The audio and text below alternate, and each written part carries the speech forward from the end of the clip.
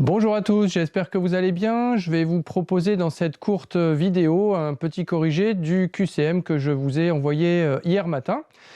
Donc pour ceux d'entre vous qui n'ont pas encore essayé de répondre à ce QCM, spoiler alerte, vous allez avoir les réponses. Donc si vous voulez encore vous tester sur le QCM, il n'est pas trop tard, faites pause, allez faire le QCM et puis revenez voir la suite de la vidéo juste après. Alors, dans le QCM, il y avait au total 9 questions qui vous étaient posées, donc vous en avez eu 6 chacun parmi ces 9 questions. Donc je vais les passer en revue ici, il y en a qui sont extrêmement simples, d'autres qui nécessitent un petit peu plus d'explications. Donc on démarre tout de suite avec la question numéro 1. Donc cette question était: dans quel sens l'énergie est-elle spontanément transférée lorsque deux corps de température différentes sont mis en contact? Bon, bah là, la réponse, c'était du corps chaud vers le corps froid. Donc, pour vous en souvenir, il faut se souvenir que un corps chaud, en fait, c'est un corps qui a emmagasiné énormément d'énergie interne. Et donc, dès qu'il est mis en interaction avec un corps de température plus basse, eh bien, cette énergie va avoir tendance à vouloir occuper le deuxième corps qui est en fait encore libre de cette énergie. Donc, il va transférer de l'énergie vers le corps froid et du coup, le corps chaud va refroidir et le corps froid va chauffer. La deuxième question: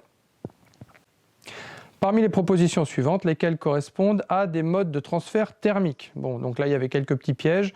Donc, les bonnes réponses étaient rayonnement, convection et conduction. Et les mauvaises réponses étaient contraction, concentration et absorption. La question 3 donc, portait sur la calorie. Donc, la calorie, c'est une unité de mesure d'énergie dont on a parlé en cours, qui correspond à l'énergie dont vous avez besoin pour chauffer 1 gramme d'eau d'1 degré. Donc c'est une énergie qui n'est pas une unité standard, mais qui est encore extrêmement utilisée, tout simplement parce qu'elle parle en termes d'énergie, donc on la rencontre fréquemment. Et donc une calorie vaut 4,184 joules. Ensuite, question 4. Donc un corps initialement à la température T1 est porté par transfert thermique à la température T2. Okay. À quoi est égale l'énergie Q reçue par ce corps au cours de son changement de température?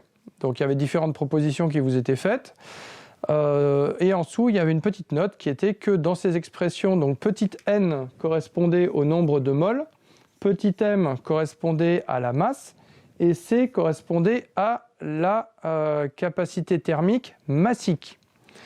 Donc en fait, la réponse était dans la question en partie, puisque le fait que ce soit une capacité thermique massique implique que il faut la multiplier par une masse pour obtenir une capacité thermique tout court.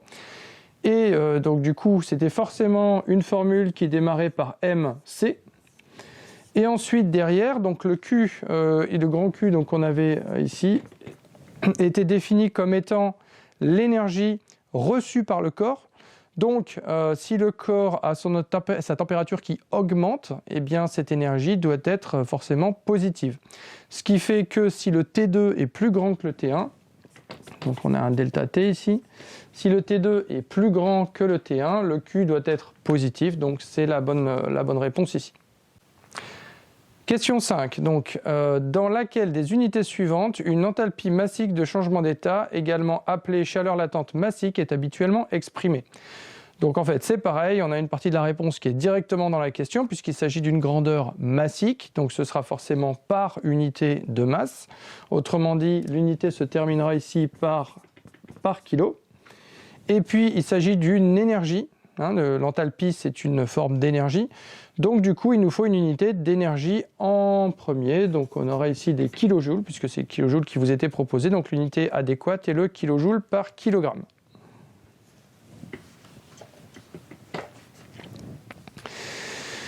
Question 6. Dans le cas d'un échangeur thermique à un tube, quel est parmi les deux modes de fonctionnement proposés ci-dessous celui qui permet a priori d'obtenir l'échange thermique le plus efficace? Et on vous proposait cocourant ou contre-courant. Donc, si vous vous souvenez de ce qu'on a fait en cours, on a vu que quand on avait un cocourant, en fait, les profils de température se rejoignaient dans l'échangeur. Donc, le corps chaud refroidissait pour atteindre une température d'équilibre et le corps froid se réchauffait pour atteindre la même température d'équilibre. Donc ça, c'était un cocourant.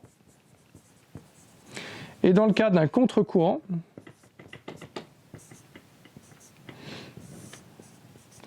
donc dans le cas d'un contre-courant, on démarrait ici avec un corps chaud qui va refroidir jusqu'à une certaine distance, et le corps froid, lui, il rentre par l'autre côté et il se réchauffe. Alors la différence, c'est qu'ici, dans le cas idéal, c'est-à-dire qu'on a un transfert thermique parfait, que l'échangeur thermique est suffisamment long, on va même avoir les deux courbes qui vont être carrément superposées. Autrement dit, le corps froid est capable de sortir avec une température qui est la température du corps chaud, du fluide caloporteur chaud en entrée. Voilà, ce qui n'est absolument pas le cas dans le cas du cocourant, puisque le cocourant ne peut pas dépasser la température d'équilibre. Donc le plus efficace des deux, eh bien, c'est le contre-courant.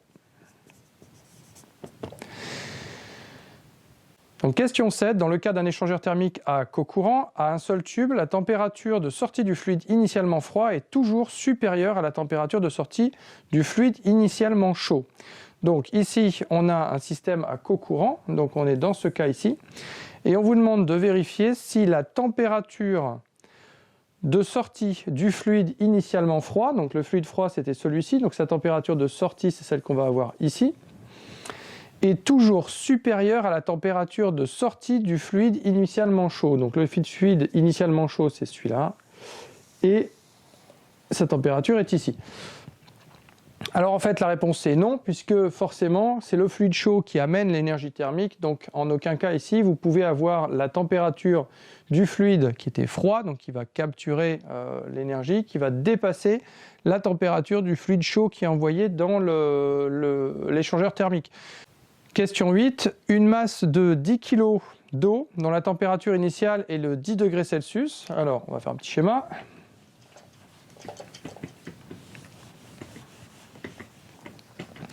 Donc on a une masse de 10 kg d'eau, température 10 degrés Celsius, qui est mise en contact avec une masse de 30 kg d'eau,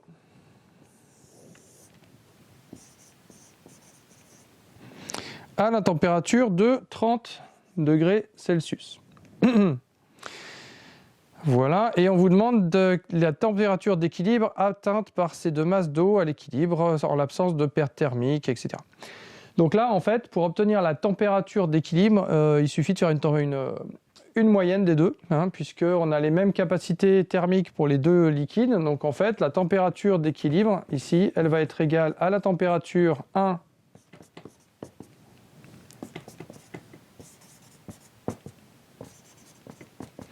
fois M1 plus la température 2 fois M2 divisé par M1 plus M2. Autrement dit, la température d'équilibre, c'est une moyenne pondérée des températures initiales. Donc ici, en l'occurrence, on trouve 25 degrés Celsius. Ok, donc une autre façon de représenter cette relation, qui est un petit peu plus directe en termes d'utilisation, c'est que la température d'équilibre, c'est la température initiale, donc T1 plus M2 sur M1 plus M2, facteur de T2 moins T1. Alors, si vous voulez le retrouver, c'est facile. Ici, vous avez M1, donc vous faites M1 plus M2 moins M2.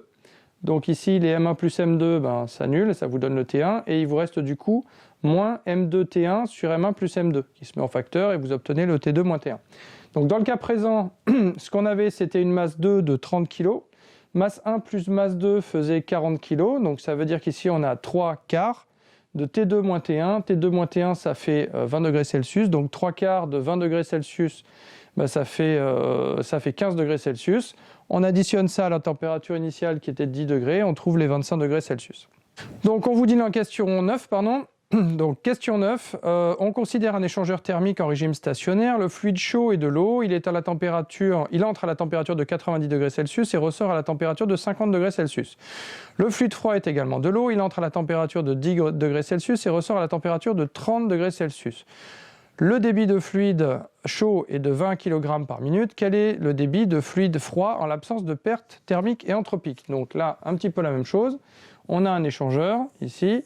On a un débit entrant de fluide chaud à donc 90 degrés Celsius, donc débit qui est de 20 kg par minute.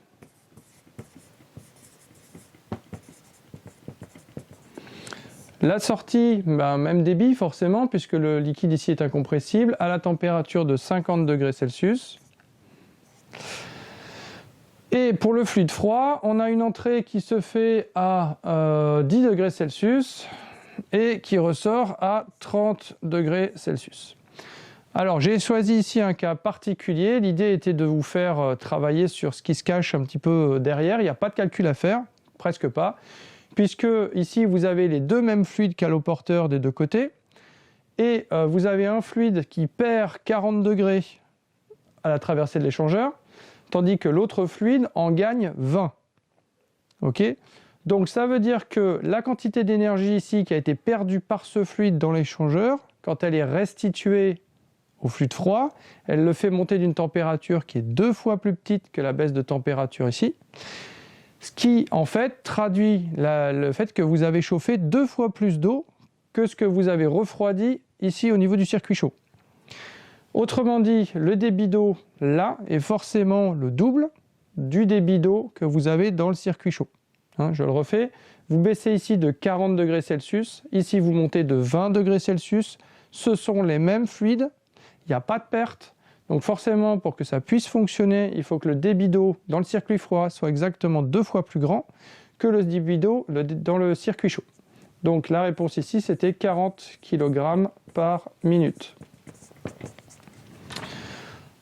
Voilà, donc on a traité les 9 questions. J'espère que ça vous aura un petit peu éclairé sur ce QCM. Et puis, je vous souhaite bon courage pour la suite. À bientôt. Ciao!